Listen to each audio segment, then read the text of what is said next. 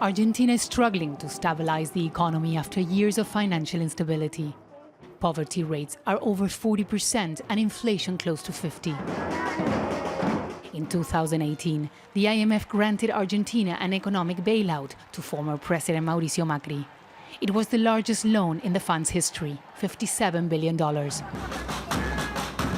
For more than a year, the government and the IMF have been in tough talks, hoping to avoid a potential default of the loan.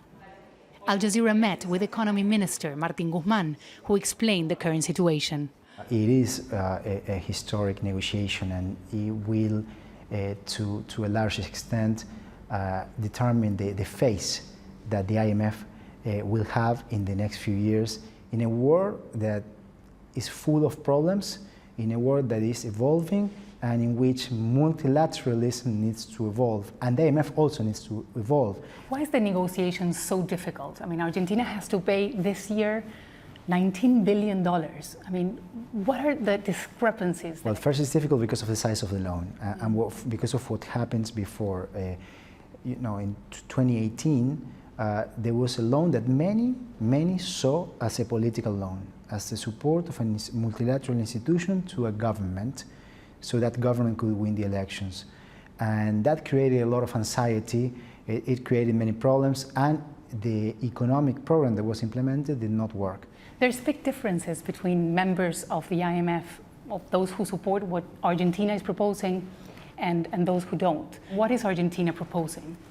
What we are proposing is a fiscal path that, in our view, will help Argentina not only to give continuity to the economic recovery in the short term, but it will also help us to have a more dynamic market economy, an economy that builds dynamic comparative advantages, that has more creation of value, that has more public infrastructure, and that has a better capacity to invest in science, in technological developments.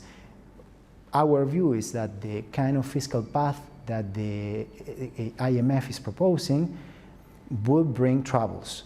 There are differences. The IMF wants a faster path of a faster fiscal consolidation than what Argentina is proposing, and we think that will affect the recovery in the short term, but also the capacity of the economy to grow in the medium and long term. And if you're a foreign investor and you're outside of Argentina, and you look at the economy here and you say, it's a country that has had over 20 programs with the IMF, many of which have failed, a country with capital controls, with inflation.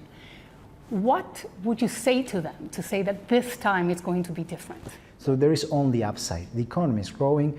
There are investment opportunities. Investment, as I said, we have grown by 35% this year. And actually, there is foreign direct investment today in important sectors of our economy, especially in sectors associated with natural resources that then get industrialized. Argentina is now on the right path. Argentina has a history of endless economic troubles that have often ended with payment crisis to the IMF. In March, Argentina will have to pay around $2.9 billion. That's why an agreement is crucial to prevent the country defaults once again.